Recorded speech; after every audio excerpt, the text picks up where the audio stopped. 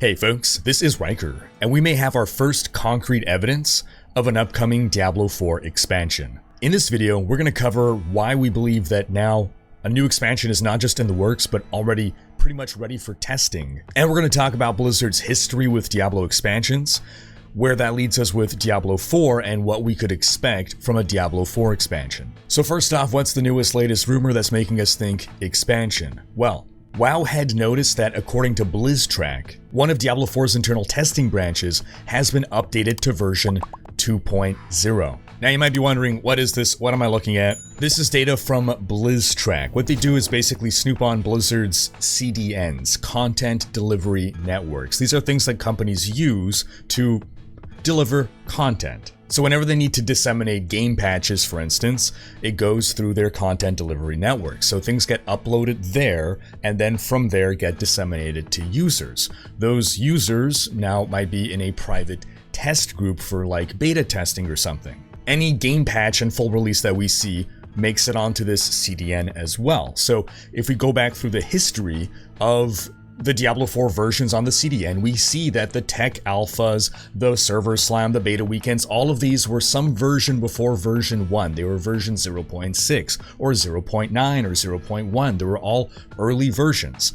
The launch version of Diablo was 1 point some odd, and now we're on version 1.4 with the latest patch. Sorry, 1.14 is the current version of Diablo 4, to give you some indication of how they increment those numbers. So what we're seeing now is a version 2 point something, 2.00 added and uploaded to the content delivery network so that it can soon be disseminated to somebody's. Historically, Blizzard only uses such a huge increment in their number when dealing with an expansion. In the case of Diablo 3, for instance, it was always version 1 point something until the first expansion, Reaper of Souls, launched, and then it was version 2.0. Technically it launched with version 2.0.1, but you get the idea. In general, the numerical increments correspond to how big of a change, more or less to simplify, a certain patch is. So an expansion is an enormous change, deserving of an entire 2.0, but we've never seen anything else, anything short of an expansion,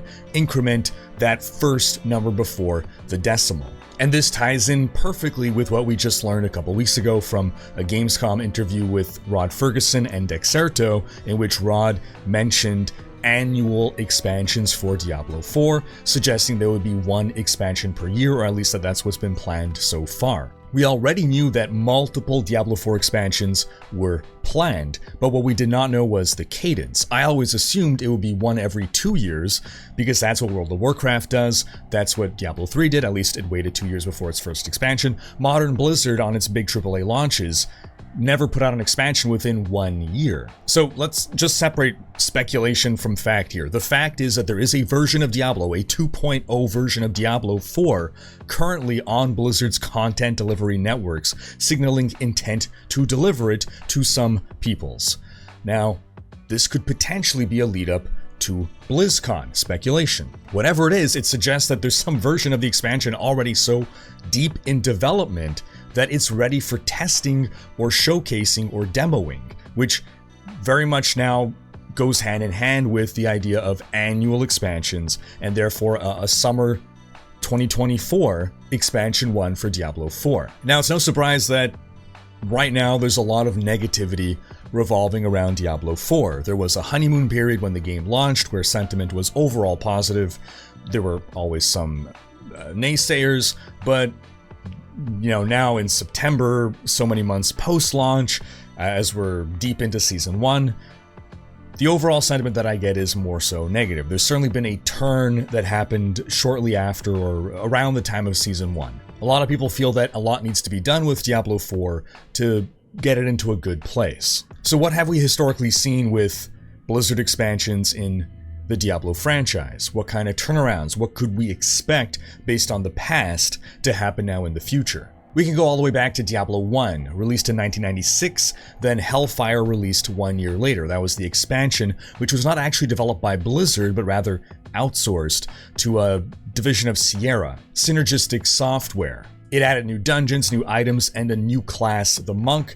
Technically, there were also 2 other new classes, the Bard and the Barbarian, but those were hidden in the game files, so you could unlock them and play them. They were sort of half in the game. No one talks about Hellfire, though. Blizzard has basically disowned it. I'm bringing it up just for completion's sake, but it's not a good reference point.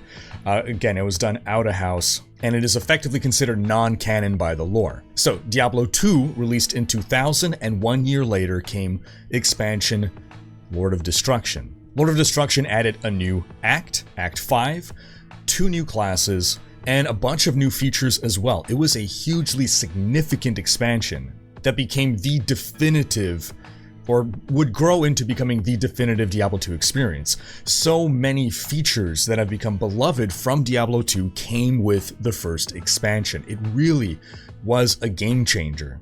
Then Diablo 3 came in the year 2012, and 2 years later, following new Blizzard cadence of expansions, came its expansion Reaper of Souls. Reaper of Souls also added a 5th act, 1 new act, and only 1 new class rather than the 2 new classes that we got in Lord of Destruction. It also was a significant revamp for the game. This was the launch on console, which had a new game director, and again, it was almost a reboot of Diablo 3. It introduced Loot 2.0, a massive itemization and loot drop overhaul of the game, and it introduced Adventure Mode, an entire new way to play Diablo 3 that would have echoes now into the future of the ARPG genre. No more would you have to just play through the campaign over and over. Now you could unlock the ability to go anywhere at any time. Now, there was supposed to be, allegedly, a second expansion for Diablo 3. That was what was planned in 2010. There was a leaked product slate showing Blizzard's plans for the foreseeable future. And since then, all of that has largely panned out to be correct. And on that product slate was a second Diablo 3 expansion. Now, after we got Reaper of Souls, it was shortly thereafter that we got a bunch of other content added to the game for free over the course of a patch or 2. And over the years, leaks and rumors from various sources have come together to paint a picture that yes, there was a second expansion codenamed King of the North.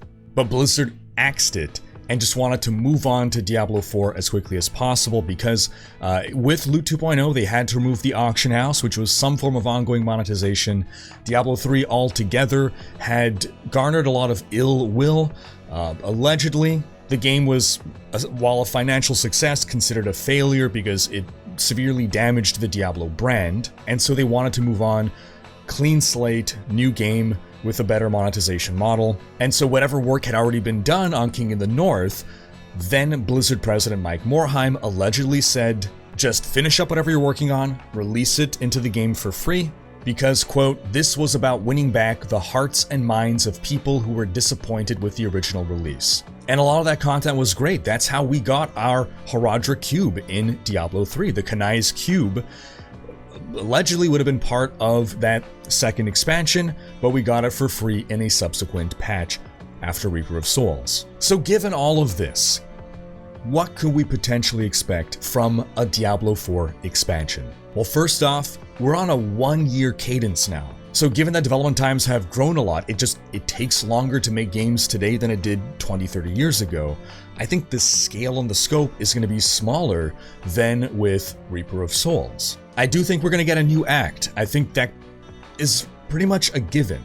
But Diablo 2, Diablo 3, they had 4 acts and they added 1 act in their expansion. That's 25% more content. Diablo 4 has more acts, so adding 1 singular act, 1 act represents a smaller proportion of the overall game. So just that by itself might be some way of having the scope be dialed back a bit. That said, if you're bringing new story in, which undoubtedly they would be, but if you're bringing in a new story, you might need enough time to fully flesh out this story, so we might get surprised and actually see either 1 mega act, like a bigger act, or potentially multiple acts, just in order to get whatever story beats done out of the way. We'll talk a little bit more about story speculation in a bit here. Class-wise, I think we're going to get 1 new class. I don't think we can expect 2. I think the precedent was set with D3, and again, now that we're going on a 1-year cadence, Even one new class a year, that might be a bit much of an ask. But as for what kind of new class would be coming,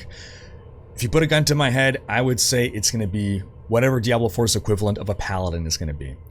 The Holy Man Sword and Board Warrior. And I call back to my video over here after we had the reveal of the first 3 classes for Diablo 4. After we knew Druid, Barbarian, and Sorceress, I looked at the history of Diablo classes and expansions, what classes were added, how classes evolved over time, all based on the analysis of archetypes of playstyles. And what I guessed at the time was that the 2 remaining classes would be some kind of archer and a necromancer. And that's exactly what we got with the rogue and the necromancer. So what archetype is left right now untouched? Holy Man and Sword and Board. Together, those turn into some kind of a paladin, be it a Templar, a Crusader, whatever you want to call it. I do think that's the most likely 6th class. And we do have this leaked image as well. This came up as a piece of artwork on Blizzard's display way back in the day. It was there for but a brief time, probably less than a day, before it was taken down, suggesting, yes, this was an oopsie. This was an accidental leak. Someone must have taken artwork that was not meant to go to the public, and they accidentally ran with it. Now, this doesn't necessarily have to be the 6th class. This could have been some kind of important NPC. This could have been something in development that maybe at some time was meant to be the 6th class, but plans changed. But it did appear to be some kind of an angel or angelic warrior, be it a literal angel class, be it some kind of paladin activating some kind of holy power. It could even be some kind of a Valkyrie, like the Amazon from Diablo 2. There's also a real expectation of having more of the world map unlocked. Now, right now we are in the eastern continent. That's what we have. The north half of the eastern continent is the playable area of Diablo 4. I believe we're going to get a new area unlocked. And I think it's most likely to be the southern half of this continent. Why do I think this? A couple of reasons. First off, just logically, it makes the most sense to unlock the bottom half of this continent before we go to the western continent. Most of what we've done in the previous games was on the western continent. At least Tristram is there. That's where Diablo 1 took place entirely on the western continent. Diablo 2 took place mostly there. But there is one key part of Diablo 2 that took place on the eastern continent, and that's Act 3. What happened in Act 3? We fought Mephisto. Where's Mephisto? Travancore. Where's Travancore? Just south of where we currently are in the locked part of the world. Spoiler warning. We're going to talk some story spoilers here. So Diablo 4 ends off with the note of Inarius and Lilith are gone. Their threat is done with for now, but who's the new threat? Mephisto looming on the horizon. The story indicates right now he is the most evident next threat to deal with. Where was Mephisto's seat of power? Travancore in Kurast. That is the area directly south of where we are in D4. Now, we do see Norel board a ship, and I first thought that they were going to the western continent. That might be the case. I don't know. That was my first instinct. But theoretically, she could be going anywhere. You could, just because you're on a boat, doesn't mean you have to go to a different continent. You could just go to another shore on the same continent. Perhaps because traversing further south, there's mountains or something. Who knows? There's also some potential hints, though, that they're going to Shansai. That's the little island continent where the wizards come from. There's a note in the Book of Lorath about that. The Skovos Isles is another possibility, but just narratively, where the current story of D4 seems to be pointing us towards is something related to Mephisto, and I think that's going to be either, again, Travancore, or across the sea, back towards Tristram. Maybe he's going to fetch something related to Diablo. That's my thinking, but what are your theories in that regard? I do think we're going to get the resolution of this Mephisto plot. I do think we are going to defeat Mephisto in this expansion, but it might be after he successfully manages to start bringing Diablo back. So at some point in D4, we're definitely fighting Diablo. I don't know if it's going to be the first expansion, but I think we're going to at least see Diablo in the first expansion, and it might be that Mephisto is working to bring back his little bro, And so our Pyrrhic ending, our downer, sad boy ending of the first expansion will be, okay, we killed Mephisto, but now Diablo is back. Now, outside of story content and a new class, what else can we expect from a new D4 expansion? Well, again, if we look back on Lord of Destruction added runes and rune words, charms.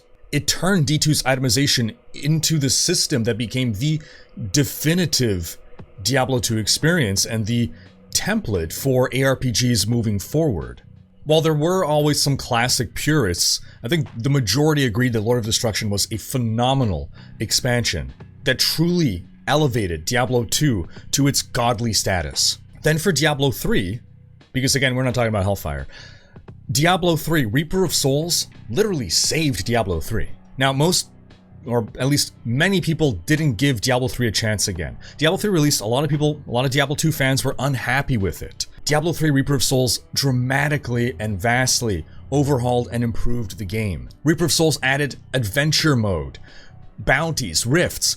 Endgame for the first time was brought to Diablo. Before that, you do the campaign in order, that's it, and then run, whatever maps or zones, farming them over and over again. Now we can go anywhere and do anything and farm whatever. Reaper of Souls added Kanai's Cube. Technically, it didn't come at launch, but it seemed that Kanai's Cube, which is their version of the Herodra Cube, that came in a patch shortly after the launch of Reaper of Souls. Speculation is that that was meant to be in the King of the North expansion, because King of the North is believed to be King Kanai, the ruins of Sescheron. This whole region was added with this patch. We also got, with Reaper of Souls, new skills for all classes.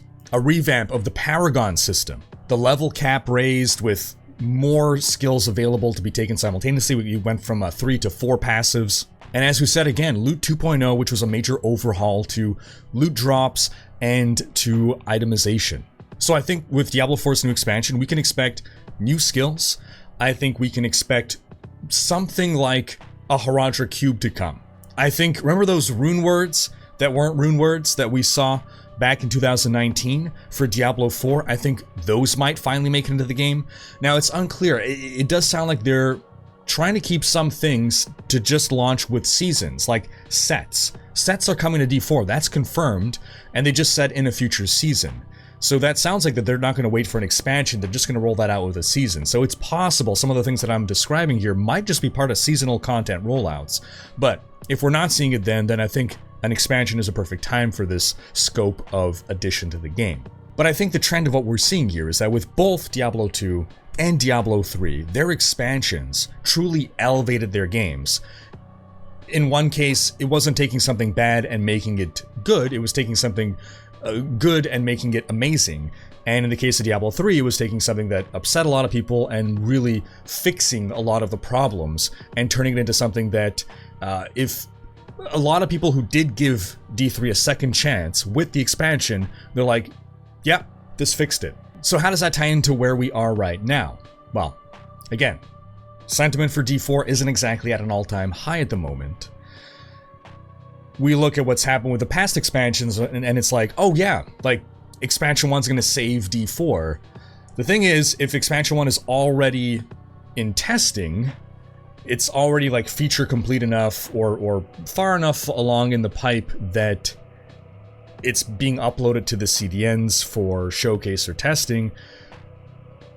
How much could they really change based on feedback from now until that launches? How much could they really change or add to the game given such a tight schedule? Now, maybe this new pipeline, this new way that they're building their teams and how they work is going to result in a more efficient Blizzard production schedule than ever. It's possible, because there's a lot of new blood and new ways of doing things now. Obviously, I would love nothing more than for Expansion 1 to launch and then everyone loves Diablo 4. I know, or I feel that there are things with D4 that I don't love, that I don't think a simple patch could solve, that it would require some kind of major overhaul like a Loot 2.0. But given the nature of the simultaneous work on all the different branches of the game, I have a hard time imagining how you can work on something of enormous scope without just derailing all the other trains that are coming and going. But hey, Wednesday, tomorrow, we get our first live stream, our first 2-hour dev talk on the upcoming season. Then Monday, we get our second. That's going to be launching October 17th is when Season 2 starts. Then BlizzCon is November 3rd, November 4th. I think November 3rd. Right now, I'm expecting some pretty significant D4 news. I think we might get a playable version of the first expansion. And I think after all that, we'll be in a much better position to see, okay, where is this game going? But I turn the question to you folks. What do you make out of all of this? What are your thoughts? What are your hopes? What are your expectations? Sound off in the comments. Thanks for watching. Special thanks to my Twitch, Patreon, and YouTube supporters for making these videos possible. If you enjoyed this video, please share it. Check out these other videos and subscribe to join Rhykkers Raiders for more Diablo content.